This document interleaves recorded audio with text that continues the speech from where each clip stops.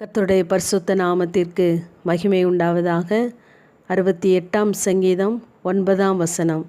தேவனே, சம்பூர்ண மழையை பெய்ய பண்ணினீர், இளைத்து போன மது சுதந்திரத்தை திடப்படுத்தினீர் என்று சங்கீதக்காரன் தான் இளைத்து போன போதெல்லாம், சோர்ந்து போன போதெல்லாம் தேவன் தன்னை திடப்படுத்தினார் என்று தைரியமாய் அறிக்கையிடுகிறான்.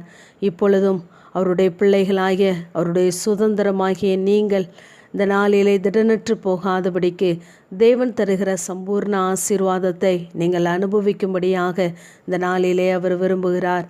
உங்களுடைய பெருமூச்சியின் இளைத்து போன சத்தத்தை அவர் கேட்கிறார்.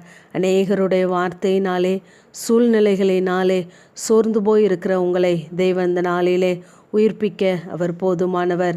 1 சாமுவேல் 30:6 சிக்லாக்கின் அனுபவத்தின் வழியாய் தாவீது கடந்து வரும் பொழுது மிகவும் நெருக்கப்படுகிறார்.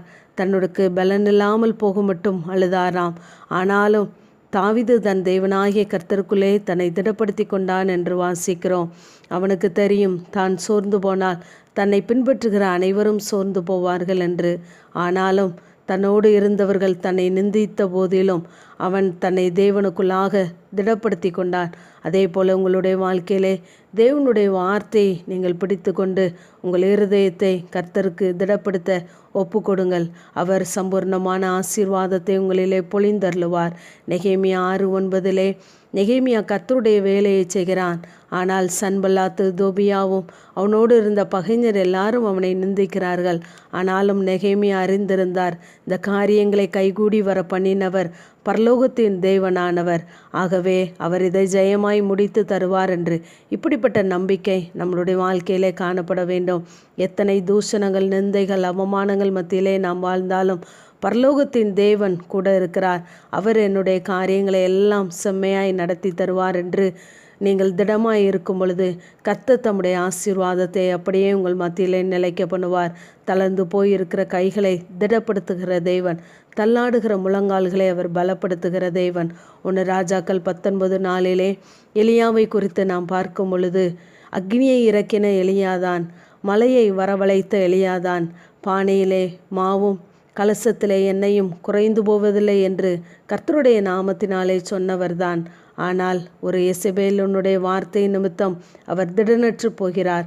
தன்னுடைய பிராணனை காப்பதற்காக ஒரு சூறை செடியின் கீழ் உட்கார்ந்து, போதும் கர்த்தாவே, நான் சாக வேண்டும், என் ஆத்துமாவை எடுத்துக்கொள்ளும், நான் என் பிதாக்களை பார்க்கிலும் நல்லவன் அல்ல என்று சொல்லி நித்திரை பண்ணுகிறார்.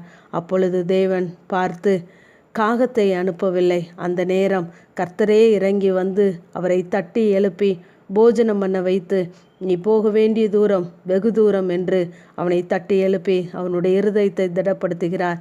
அப்படியே உங்கள் ஒவ்வொருடைய வாழ்க்கையிலும் தேவன் வைத்திருக்கிற சித்தத்தை நீங்கள் நிறைவேற்றுவதற்கு, நீங்கள் பயணிப்பதற்கான தூரம் இன்னும் வெகு தூரமாக இருக்கிறது. ஆகவே உங்கள் இருதயம் திடனற்று போகாதபடி கர்த்தருக்குள்ளே அவருடைய வார்த்தையை கொண்டு திடனாயிருங்கள். சூழ்நிலைகள் எல்லாம் மாறும். ஏனென்றால் அவர் தம்முடைய சம்பூர்ணமான மழையை உங்கள் மத்தியிலே பெய்ய பண்ண அவர் போதுமானவர். நீங்கள் அதற்கு பாத்திரவான்களாய் இருக்கும் பொழுது தேவன் உங்களை அப்படிப்பட்ட நன்மையினாலே நிரப்பி கர்த்தர் உங்களை ஆசீர்வதிப்பாராக. ஆமேன். ஜெபம். பிதாவாகிய தேவனே, குமாரனாகிய இயேசு கிறிஸ்துவின் நாமத்தின் மூலமாய் உடைய சன்னிதானத்திலே வருகிறேன்.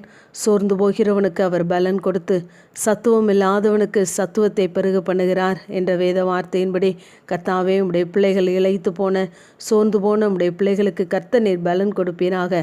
ஆவியிலே, ஆத்மாவிலே, சரீரத்திலே பலன் உள்ளவர்களாய், சத்துவம் உள்ளவர்களாய் தம்முடைய வார்த்தையினாலே ஆண்டவரே சத்துவத்தை பெருகி கொள்ள கர்த்தர் அனுக்கிரகம் செய்வீராக. உடைய பிள்ளைகளுடைய கைகளை கர்த்தர் திடப்படுத்தும், இருதயங்களை கர்த்தர் திடப்படுத்தும்படியாய் ஜெபிக்கிறோம். மனுஷனுடைய வார்த்தைகள் இவர்களை காயப்படுத்தாதபடி ஆண்டவரே உம்முடைய வார்த்தைகளினாலே இவர்களுக்கு ஆரோக்கியமும் சௌக்கியமும் உண்டாகும்படியாய் கர்த்தர் செய்வீராக. ஆண்டவரே, சூழ்நிலைகள் எப்படி இருந்தாலும் சூழ்நிலைகளை பார்க்கலும் நீர் பெரியவர். கர்த்தர் உம்முடைய பிள்ளைகளோடு கூட இருந்து உடைய பிள்ளைகளாகிய சுதந்திரத்தை நீர் காப்பாற்றி நடத்தும்படியாய் உடைய கரங்களிலே தருகிறேன். உடைய சம்பூர்ணமான ஆசீர்வாதத்திற்கீழாய் உடைய பிள்ளைகளை அர்ப்பணிக்கிறேன். காத்துக்கொள்ளுங்க, வழி நடத்துங்க. இயேசுவின் முழு ஜெபங்கேலும் என் ஜீவனுள்ள நல்ல பிதாவே. ஆமேன். ஆமேன்.